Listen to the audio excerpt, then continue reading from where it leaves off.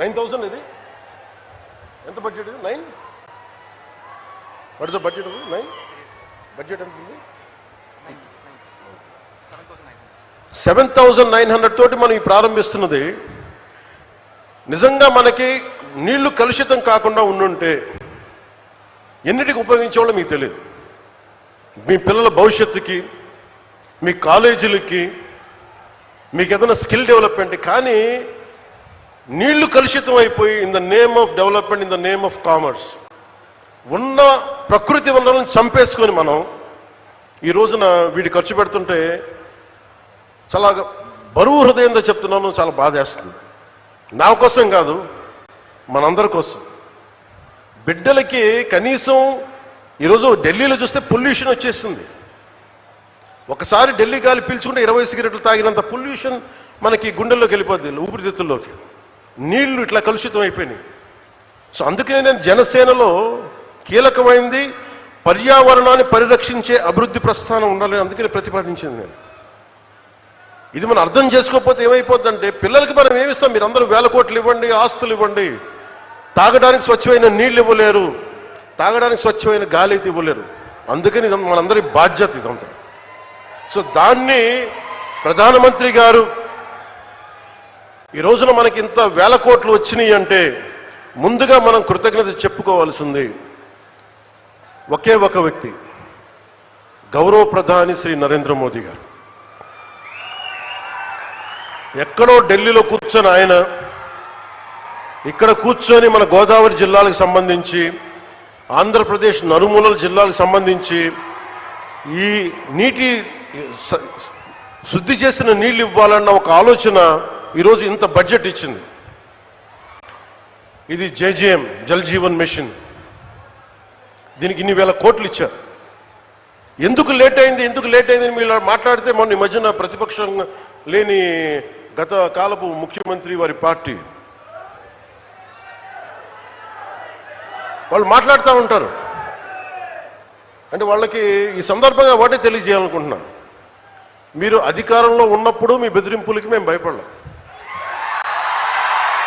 మీరు అధికారంలో ఉన్నప్పుడు మీరు చేసే దౌర్జన్యాలకి మేము భయపడలేం. అలాగే మిమ్మల్ని తగ్గించడం కూడా నాకు ఇష్టం లేదు. కానీ మీరు బాధ్యతగా మెలగకుండా ఒక్కొక్కరిని చంపేస్తాం, మళ్ళీ మేము వస్తాం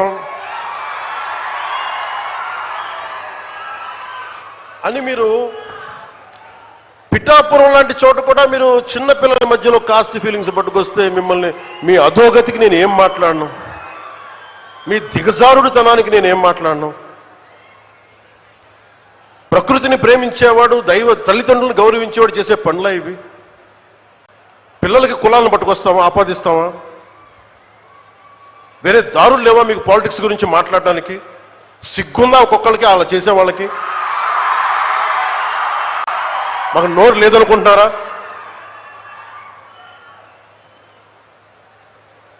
కూర్చొని మీరు కాంట్రాక్ట్లు వేస్తే కాంట్రాక్ట్లు వేసిన వాళ్ళందరినీ మేము బెదిరించేస్తాం, జైల్లో పెడతామంటే ఏమనుకుంటున్నారా మీరంతా?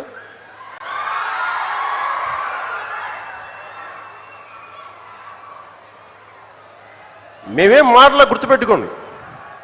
అలా బెదిరించే సమూహం ఎవరైనా సరే, మిగతా వారి గురించి నాకు తెలియదు.